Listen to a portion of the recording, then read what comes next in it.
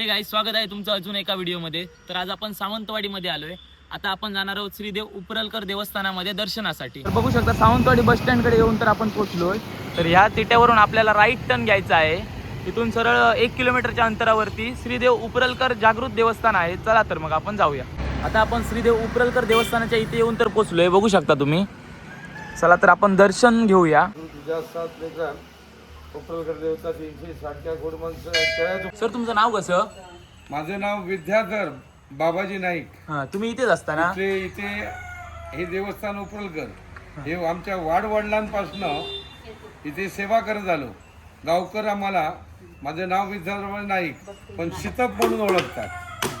त्याचं कारण हे राजशाही, आपल्याकडे राजवाडा आहे, राजशाही होतं। मग त्या राजशाहीप्रमाणे हे सावंतवाडी संस्थान रत्नागिरी जिल्हा, हा जिल्हा कुठला? रत्नागिरी। आता कुठला झाला? सिंधुदुर्ग। हे रत्नागिरी जिल्ह्याचा अधिपती उपरलकर देवस्थान। तर काही वर्षापूर्वी राजशाही काळामध्ये इथे या संस्थांवर इंग्रज लढाई करायला आले, पण त्या इंग्रजांच्या अगोदर इथे साटम महाराज आहेत।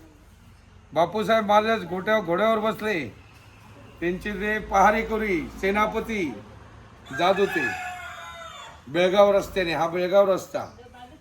आणि त्यावेळी त्या घोड्यावरनं साटम महाराज थांबवतेला म्हटले बापूसाहेबांना, म्हणजे आपले राजे। ते थांबले। थांबल्यानंतर त्यांच्या भाषेमध्ये त्यांना एक सूचना केली, अरे जिथे जातोस पण तुला धोका आहे तर उतर खाली, बुटात काय बघ। मग त्याच्यात त्यांना लिंबू मिळालं, सेनापतीने काढलं।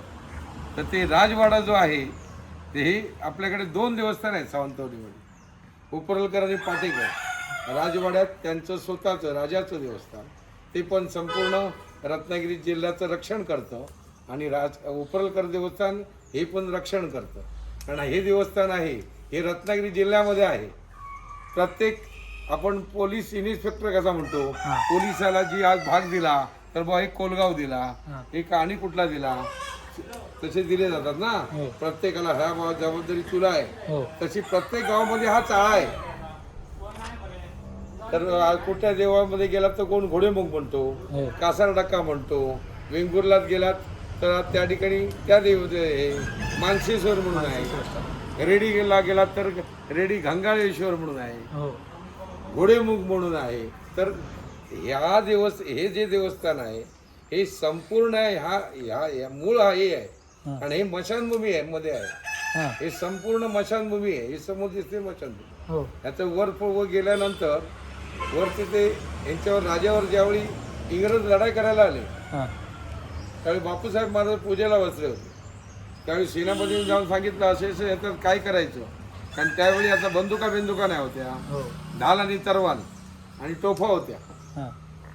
मग आपल्याकडे ते काहीच नाही होतं राजांकडे। मग त्यावेळी राजेसाहेबांनी पाटेकरकडनं उचलून नारळ दिला हातीत, जा उपरलकर ठेव। मग ही जी 2 पाषाणं दिसत आहेत तिथे नारळ ठेवला। नारळ ठेवल्यानंतर गारोळा आमच्या वाडवडिलांनी घातलं त्यावेळी, की जे काय आले ते त्यांना बघ। मग ह्या गांजील मासे सुटले या दोन्ही पाषाणातून। इंग्रजांवर आक्रमण केलं, ते लढाऊस काय वस्तू काय होता टोपा तिथे टाकले, काही मिळाले काही पळाले। मग त्यानंतर आपल्या सेनापतीने जे काय त्यांचा लढाऊ वस्तू होते ते काय ते उचलले, आपल्याकडे इकडे घेऊन आले। आणि ते आल्यानंतर जे गांजील मासे सुटून गेले, इथून 300-350 फुटावर झाड आहे, त्या झाडावर गांजील मासे बसले आणि राजाला साक्षात्कार दिला की 365 गावाचं रक्षण करतो। महाराज 365 गाव रत्नागिरी जिल्हा, जो प्रत्येक गावामध्ये त्याचं स्थान आहे, राखणदार म्हणून फिरतं देवस्थान आहे। आणि हा मशानामध्ये आहे, मशानभूमी। तर मागे एक देवी आहे, त्याची पण आम्हाला माहिती सांगा थोडी। ती मागे जी देवीचे दिसते हे निशाण देवी आहे, निशाण देवी आणि मशान देवी। एखादा माणूस जर समजा खुळ्या पिसारखा आला, भूत लागला, पिशाच लागलं, काही पंचागरी गावडी करणी कर्तृत्व केलं तर तिथे तोडणी केली जाते, मग त्याला तिथून गुण 100% मिळतो। तर ह्या देवाला भक्तगण कोणता नमस्कार करतात? नमस्कार ज्याचं काम असेल तसं नमस्कार बोलत असतो। काही कोणाच्या जागा जमीन विक्री करायची असतात ते होत नाही, मग त्या जागेला निर्वशी असतो, कुणी असतो, अन्यथा काही प्रॉब्लेम असतात ते कौल घेऊन सोडवले जातात. मग त्याप्रमाणे त्याला नारळ, कोंबडा, कोहाळा, कैरी, गोडमान असं दिला जातो. नवस इच्छेने दिला जातो. त्या देवाला पेरावा दिला जातो, कपडे दिले जातात, घोंगडी, काठी, फेटा, असे अनेक प्रकारे जे काय देवाचे आहे, ती देवीची ओटीची साडी, असं ते नवस केला. पाठीमागे एक तळी पण आहे ना, त्याच्याबद्दल काय सांगू शकता? ती जी तळी आहे, तर हा जो रस्ता आहे हा त्यावेळी नाही होता. हा दिसतोय बेळगाव रस्ता, तर त्याच्या समोर दिसते ते मशाल, ही मशानभूमी आहे. मशानभूमीमध्ये देवस्थान आहे. ही जी समोर दिसते ही मशानभूमी.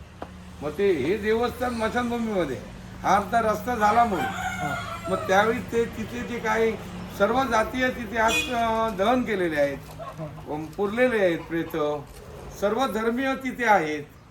त्या मशानभूमी आमच्या सर्व धर्मीय आहे, कुठली जात नाही अशी नाही. मग त्या ठिकाणचे जे काही क्रियाक्रम होते ना, मग त्यावेळी आपल्यात कसं अग्नी दिली की 3 दिवसानंतर त्याचे विधी करायच्या. मग विधी हे दिसते तळी नाही, तळीच्या बाजू बघा मोठा खांब आहे, त्या खांबाकडे क्रियाक्रम करायचे. पण काय झालं, हा जो मध्ये व्हा दिसतो ना, त्याच्यामुळे आप्पासाहेब भेंडे म्हणून एक व्यक्ती होती, त्याची आई झाली मयत. मग इथे क्रियाक्रम केले, ब्राह्मणाने सांगितलं जा नाही तिथे ठेवून ये, मग त्याला तिथे जाता आलं नाही. मग हा हे जे आता इथून जी वाढ होती ना, ती अशी फिरून ती बघा तिथनं वाढ आहे, तर ती मी मशानभूमी. तर पूर्वी क्रियाक्रम इथे करायचे, आता तिथल्या तिथे करतात. त्या देवस्थानाची स्थापना कशी आणि केव्हा झाली ते काय मी बोलू शकत नाही. स्थापना हे शिवगण आहे. मशानमध्ये जो भस्म लावतो त्या गण आहे शिवगण. त्याच्यामुळे हे आजचं कालचं नाही, पिढ्यानपिढ्या माझ्या माहितीप्रमाणे 400-450 ह्याच्या पूर्वीचं देवस्थान आहे. हा राखणदार म्हणून ओळखला जातो, वाटसोरी म्हणतात त्याला. ज्या ठिकाणी तुम्ही कुठे जर वाटेत फसलात तर पूर्वी म्हणायचेच बघा तुला न्यायला सोडायला आला होता तो म्हणजे रक्षण करता. मुळात ही देवता आहे, ही आधीन नाही, देवांचा देव. महादेव म्हणतात तो हा कोणाच्या अधीन नाही, मी म्हणतो तसं हे देवस्थान आहे. या देवस्थानकडे सावंतवाडी संस्थानमध्ये मी तो एकटा म्हणतो, बाकी कोणाला मी म्हणता येणार नाही. म्हणजे देवामध्ये जर हे संस्थान, या देवस्थानाकडे कुठलं चालत नाही, ना पंचागिरी चालत, ना गारुडी चालत, कुणाचंच काय चालत नाही. तो मी म्हणतो प्रत्येक भक्तगणाच्या पाठीशी उभा आहे. तिथून तुम्ही जे आहे तिथून हाक मारा, तुमचं काम होणार. त्याला कोंबडे बकरे द्यायला पाहिजे, नवस द्यायला पाहिजे असं नाहीये. हा सीमेचा अधिकारी आहे आणि तो रक्षण करता रत्नागिरी जिल्ह्याचा आहे. तुम्ही कुठूनही परीक्षा घ्या आणि तुम्ही त्याला हाक मारा, तर इथले सावंतवाडी संस्थानचे पहिलं उपरलकर म्हणतात. शुभ कामाला, वाईट कामाला, बऱ्याला सगळ्यांचा देव म्हटला जातो त्याला. तर विद्याधर नाईक शितप म्हणून त्यांना ओळखतात. त्यांनी आता आपल्याला ह्या देवस्थानाबद्दल बऱ्यापैकी माहिती दिली. माझ्यासोबत निलेश आणि भूषण पण आहेत, त्यांना विचारूया कसं वाटलं ते. इथे येऊन तर इथलं वातावरण खूपच शांत असतं आणि भक्तगणांची ये जा तर चालू असते. भूषण तुला कसं वाटलं? एकदम भक्तिमय वातावरण आहे. 1-1.5 तास आपण इथे थांबलो, मन प्रसन्न झालं. आता आपलं दर्शन वगैरे तर घेऊन झालं, आता आपण व्हिडिओचा शेवट करतोय. व्हिडिओ आवडला तर नक्की लाईक करा, शेअर करा. चला बाय बाय गाईस.